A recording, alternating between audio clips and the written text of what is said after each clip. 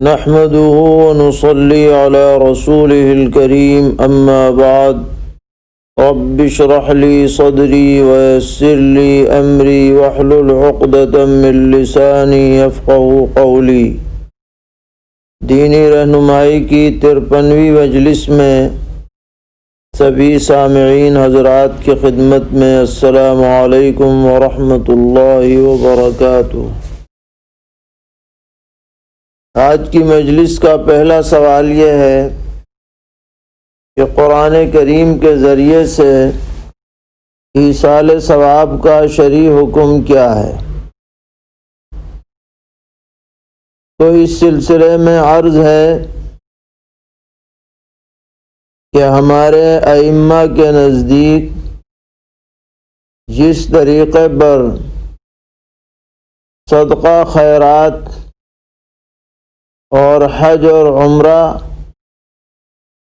وغیرہ عبادات کا ثواب دوسروں کو پہنچایا جا سکتا ہے، اسی طرح قرآن پاک کی تلاوت کر کے بھی اجر و ثواب پہنچانے کی اجازت اور گنجائش ہے۔ اور اس سلسلے میں بعض ضعیف روایات بھی وارد ہیں جن میں قرآن پاک کی خاص صورتوں کا ثواب مردوں کو پہنچانے کی بات مذکور ہے، اس سے بھی اس موقف کی تائید ہوتی ہے۔ اور جب آدمی کوئی عمل کرے اور پھر یہ دعا کرے کہ الہ العالمین یہ جو عمل میں نے کیا ہے اس کا اجر و ثواب فلاں شخص کو پہنچے، تو یہ دعا ظاہر ہے کہ جائز ہے، اور جب دعا قبول ہوگی تو جو اجر و ثواب اسے ملا ہے وہ دوسرے کو ضرور پہنچ جائے گا، اس میں کوئی شک شبہ نہیں رہنا چاہیے۔ یہی ہمارے ائمہ کا موقف ہے۔ ایک صاحب پوچھ رہے ہیں کہ قبر کی زیارت کے لیے قبر کے قریب جانا ضروری ہے یا دور سے بھی زیارت ہو جاتی ہے؟ تو جواباً عرض ہے کہ ایک تو ہے ثواب پہنچانا میت کو، اس کے لیے تو قبر پر جانا کوئی ضروری نہیں ہے، بلکہ آپ اپنے گھر میں رہتے ہوئے کوئی بھی عمل کر کے اس کا ثواب میت کو پہنچا سکتے ہیں۔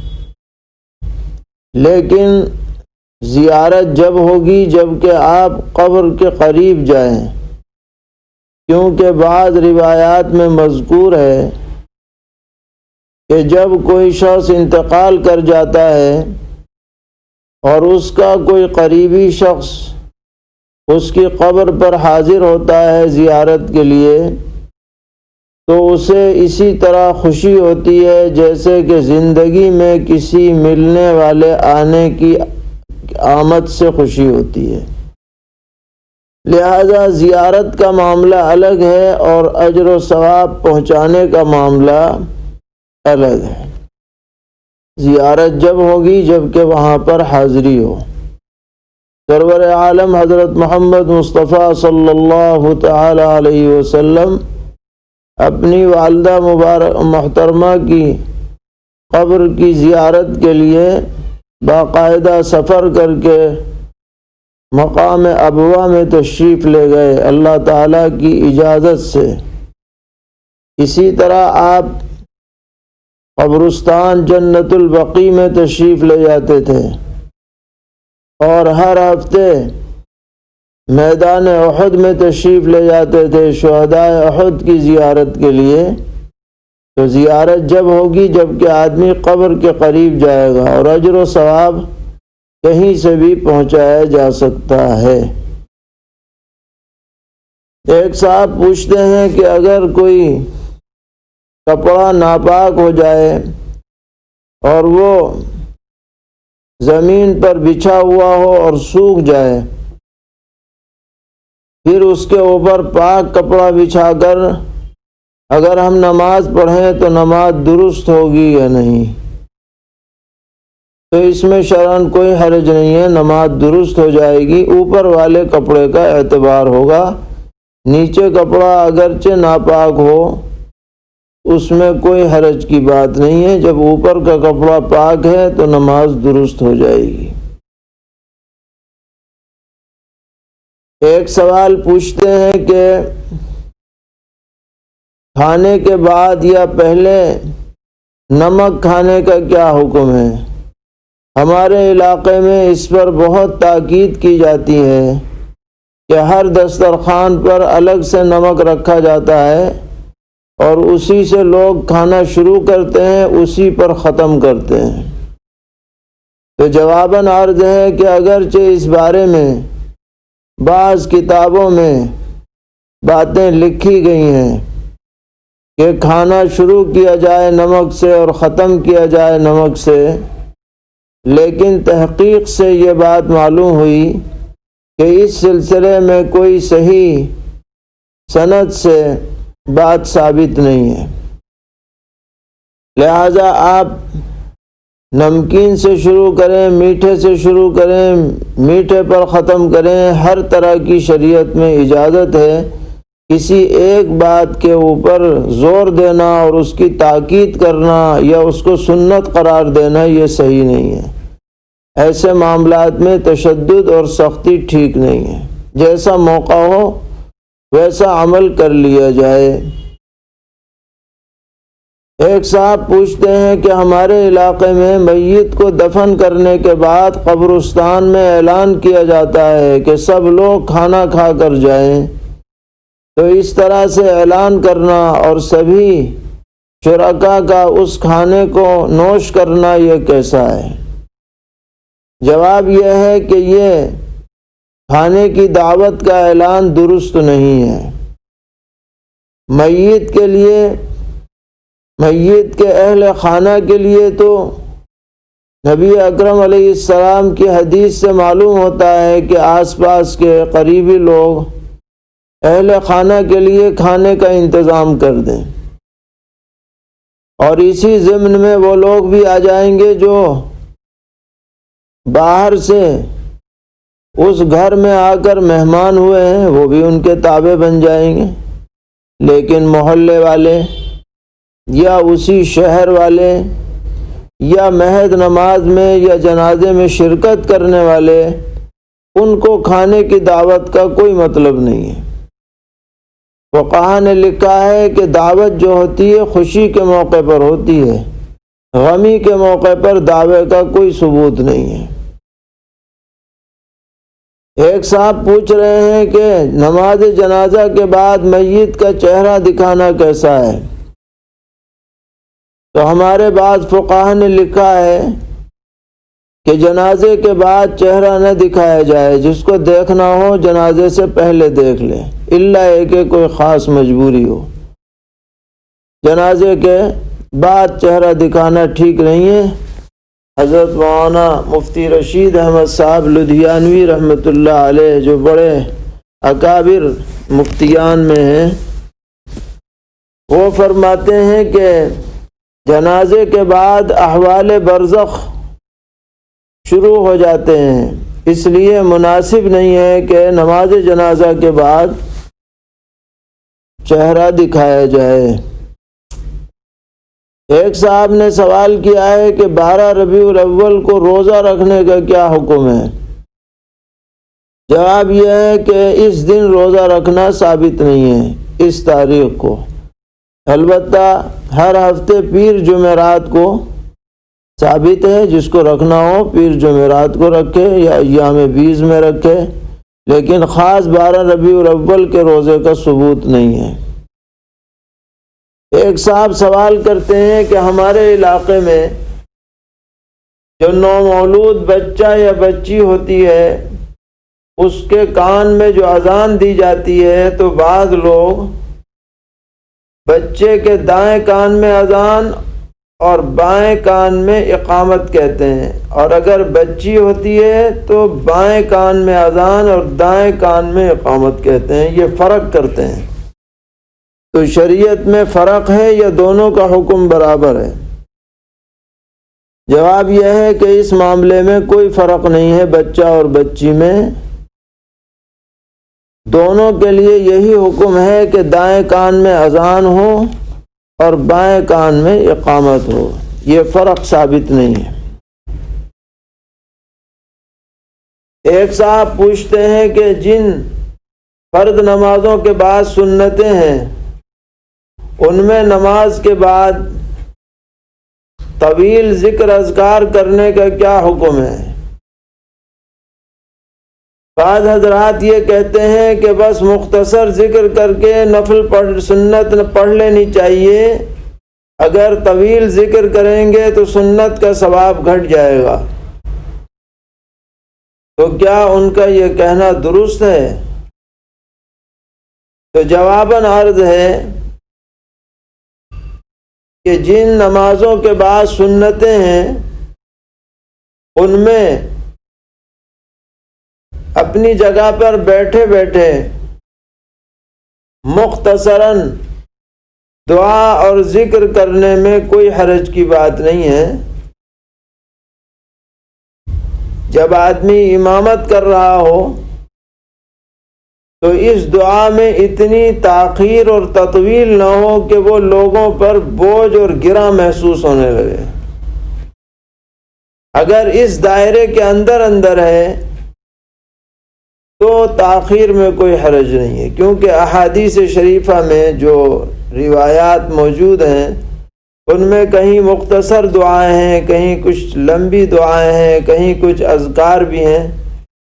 اس لیے اگر آدمی ذکر ہی میں مشغول رہتا ہے تو جو ممانعت ہے عدم تطویل کی وہ دراصل مقتدیوں کی گرانی کی بنیاد پر ہے۔ لہذا اگر گرانی کی کوئی بات نہیں ہے تو دعا کر کے پھر آدمی سنن میں مشغول ہو جائے تو انشاءاللہ ثواب میں کوئی کمی نہیں ہوگی۔ لیکن عام ماحول کے اعتبار سے یہی کہا جاتا ہے کہ مختصر دعا کر کے اور پھر سنتوں میں آدمی مشغول ہو جائے۔ ایک صاحب پوچھتے ہیں کہ قبرستان کی گھاس کاٹنے کے لیے دوا ڈالنا کیسا ہے؟ تو کوئی حرج نہیں ہے، ضرورتاً جب گھاس کاٹنے کی ضرورت ہو تو جیسے کاٹا جا سکتا ہے ایسے ہی دوا بھی ڈالی جا سکتی ہے جس سے وہ گھاس ختم ہو جائے۔ ایک صاحب پوچھتے ہیں کہ کیا جنات بھی ہمارا مال چوری کر سکتے ہیں؟ کیا یہ ممکن ہے؟ جی ہاں، ممکن تو ہے، اور بعض احادیث سے اس کا ثبوت بھی ملتا ہے کہ سیدنا حضرت ابو ہریرہ رضی اللہ تعالی عنہ کو ایک موقع پر پیغمبر علیہ السلام نے صدقے کے مال کی حفاظت پر مأمور فرمایا، تو رات میں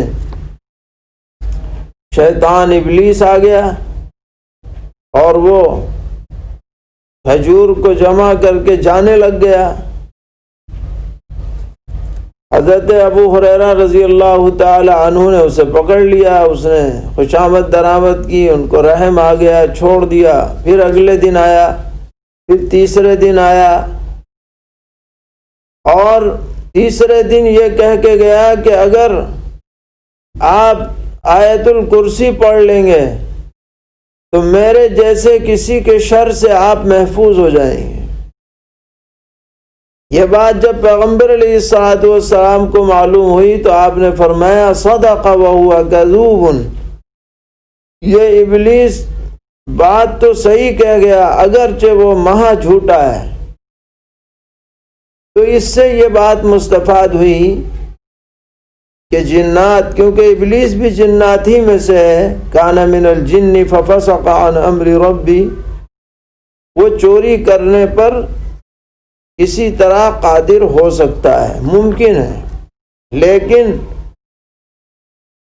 اس بارے میں وہم نہیں چلے گا کہ چوری ہو گئی اور کسی نے پٹی پڑھا دی کہ جنات لے گئے، کیونکہ ان کی بھی حدود اور قیود ہیں۔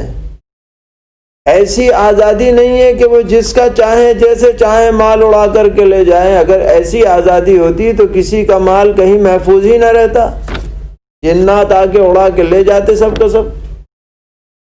تو امکانی درجے میں یہ بات ممکن تو ہے کہ وہ چوری کر سکتے ہیں، مگر اس کی کیا حدود ہیں، کیا قیود ہیں، کب کر سکتے ہیں کب نہیں کر سکتے، یہ اللہ کو معلوم ہے۔ ہمیں وہم نہیں کرنا، بلکہ دنیاوی اسباب اور جو دنیاوی صورتیں ممکن ہیں چوری کی، ان کے اوپر آدمی کو توجہ دینی چاہیے۔ یہ نہیں سوچ لینا چاہیے کہ بھئی جنات اٹھا کے لے گئے۔ ایک صاحب پوچھتے ہیں کہ نکاح کے وقت ہمارے ہاں دولہا کو کلمہ پڑھایا جاتا ہے، اس کے بغیر قاضی صاحب نکاح ہی نہیں پڑھاتے، پہلے کلمہ پڑھواتے ہیں پھر نکاح کرواتے ہیں، تو یہ التزام کیسا ہے؟ جواباً عرض ہے کہ جب مسلمان کا نکاح پڑھایا جا رہا ہے تو کلمہ پڑھانے کا کیا مطلب ہے؟ کلمہ تو اس لیے پڑھایا جاتا ہے کہ آدمی کو پتہ چلے کہ یہ آدمی مسلمان ہے یا غیر مسلم ہے، یہاں پہلے سے اس کا مسلمان ہونا معلوم ہے، تو عین نکاح کے وقت کلمہ پڑھانے کا التزام، یہ سب بے اصل باتیں ہیں۔ اس پر اتنا زور دینا کہ اس کے بغیر آدمی کا نکاح ہی نہ ہو، یہ صحیح نہیں ہے۔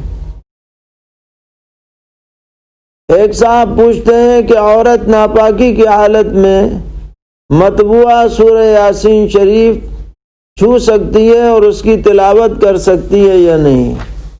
نہیں، ناپاکی کی حالت میں نہ تو قرآن کریم کو چھونا جائز ہے اس کے لیے، نہ اس کا پڑھنا جائز ہے۔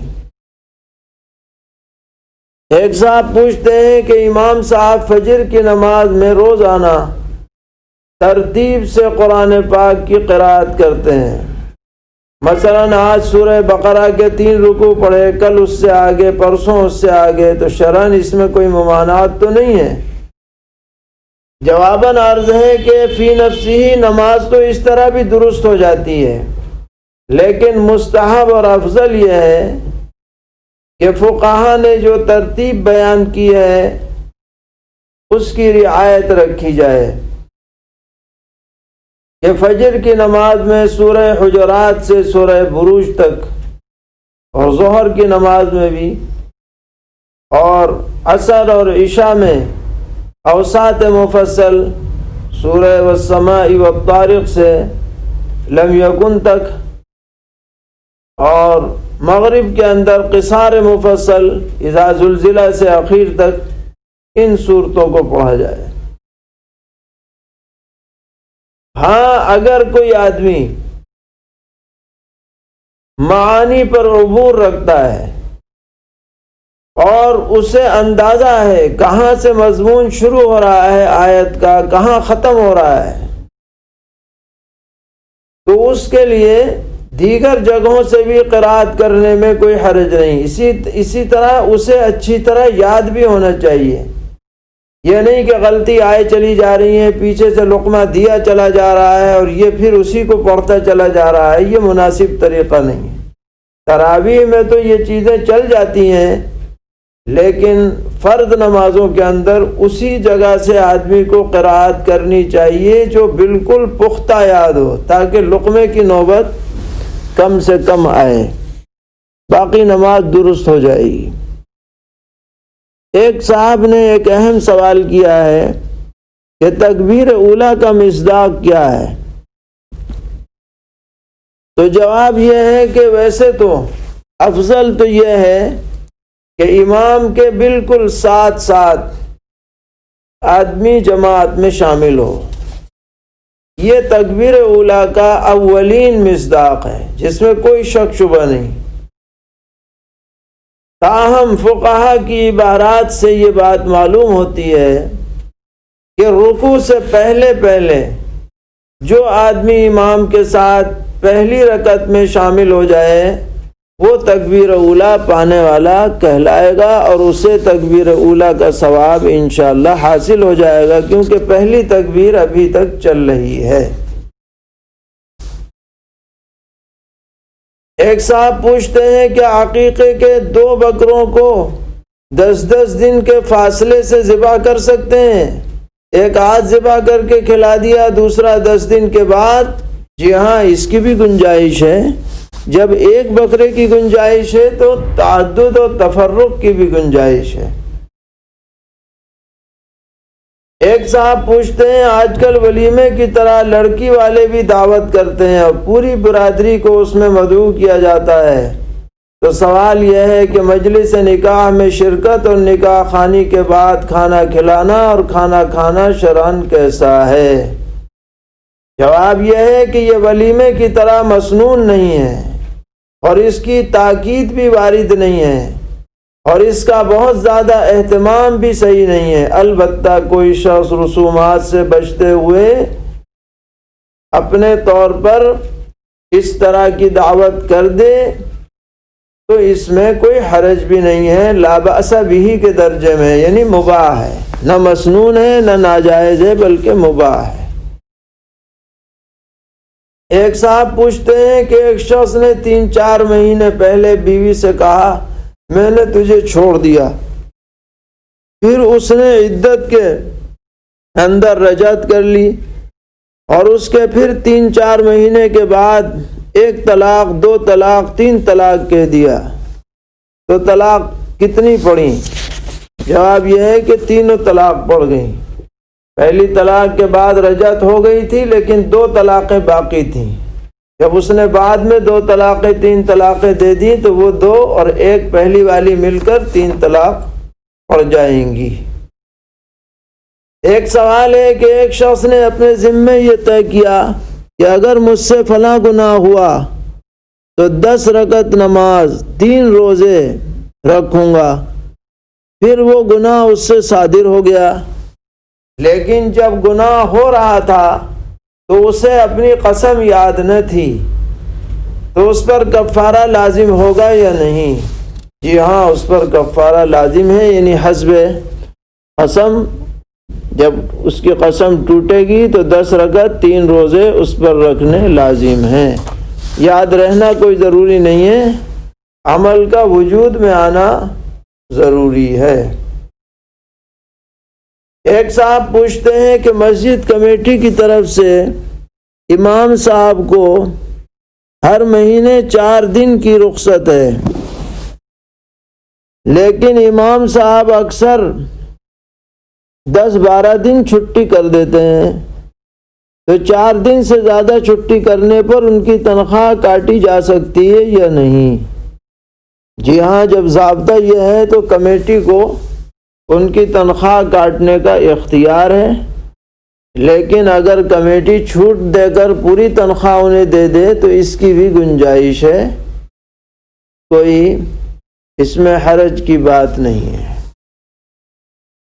ایک سوال یہ ہے کہ نماز جنازہ کے دوران جوتے چپل اتارنے یا پہنے رکھنے یا اوپر کھڑے ہونے کے بارے میں کیا تفصیل ہے اور بہتر طریقہ کون سا ہے؟ غالباً پہلے بھی یہ سوال آ چکا ہے، اور یہ بتایا گیا تھا کہ اگر جگہ اور چپل دونوں پاک ہیں تو چپل پہنے بھی نماز پڑھی جا سکتی ہے۔ یہ ایک شکل ہوئی۔ دوسری شکل یہ ہے کہ جگہ تو نیچے کی ناپاک ہے،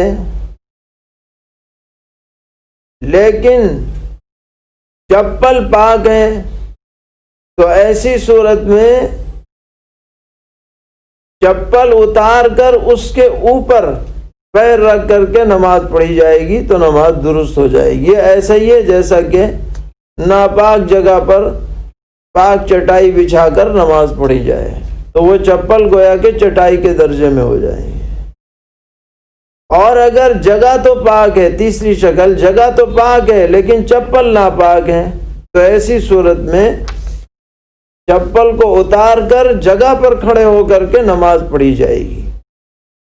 اور ہمارا مشورہ یہی ہے کہ جب جگہ سوکھی ہوئی ہو تو سب سے بہتر افضل طریقہ یہی ہے کہ چپل اتار کر پھر نماز پڑھی جائے، اس میں ادب کا تقاضا بھی زیادہ ہے اور یہی بظاہر بہتر معلوم ہوتا ہے۔